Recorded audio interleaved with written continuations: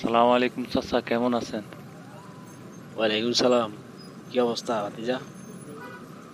চাচা, একটা কথা বলবো। কি কথা? কও।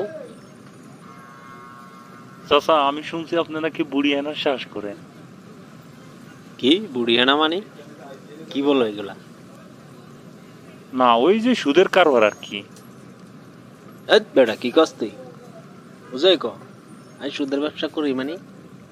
না, ওই নাসির বলতেছে আর কি, না আপনি নাকি সুদের ব্যবসা করেন, তাই আমার কিছু টাকা দরকার পড়েছিল। এত বেটা কোন নাসির? তাইলে নাসিরে এসব কই বেড়াচ্ছে আমি সুদের কারবারি?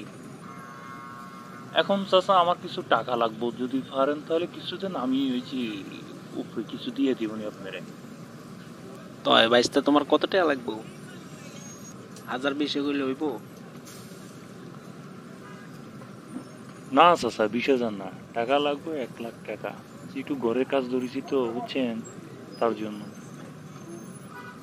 তয় বাবা আমি তো 5 ওয়াক্ত নামাজ কলমা পড়ি। তো তোমার যেহেতু টাকা লাগবো, যেহেতু বিপদে পড়ছো, তাইলে এক কাজ করো, নাসির আর কামাল রে লই আইসো নামাজের পরে, এশার নামাজের পরে। তোমার মতো এরকম বিপদে পড়ে একজন আইছিল, ওই যে তোমার গাজীর পোলা শাহিন। এরা 1 লাখ টাকা দিছিলাম, আজকে 6 মাস লাভেরটাও নাই আইনেরটাও নাই বাবা, আমি আছি খুব বিপদে। তারপরে গিয়ে ওই যে মফিজের পোলা আছে না নুর নবী, এরে দিছিলাম 50,000। আইনটি সুদ দেয়, লাভের সুদ দেয়, মাইটা মনে করো দেশ আউট। এখন বাবা আমি কি করতাম? তুমি আইছো, সমস্যা নাই। না কাকা, আপনি টাকা লাগিয়ে টেনশন করেন না, এরকম অনেক জন থেকে আমি টাকা নিছি বুঝলি নি। লাভের টাকা তো তাক দূরের কথা, আইন টাকাও দিই নেই।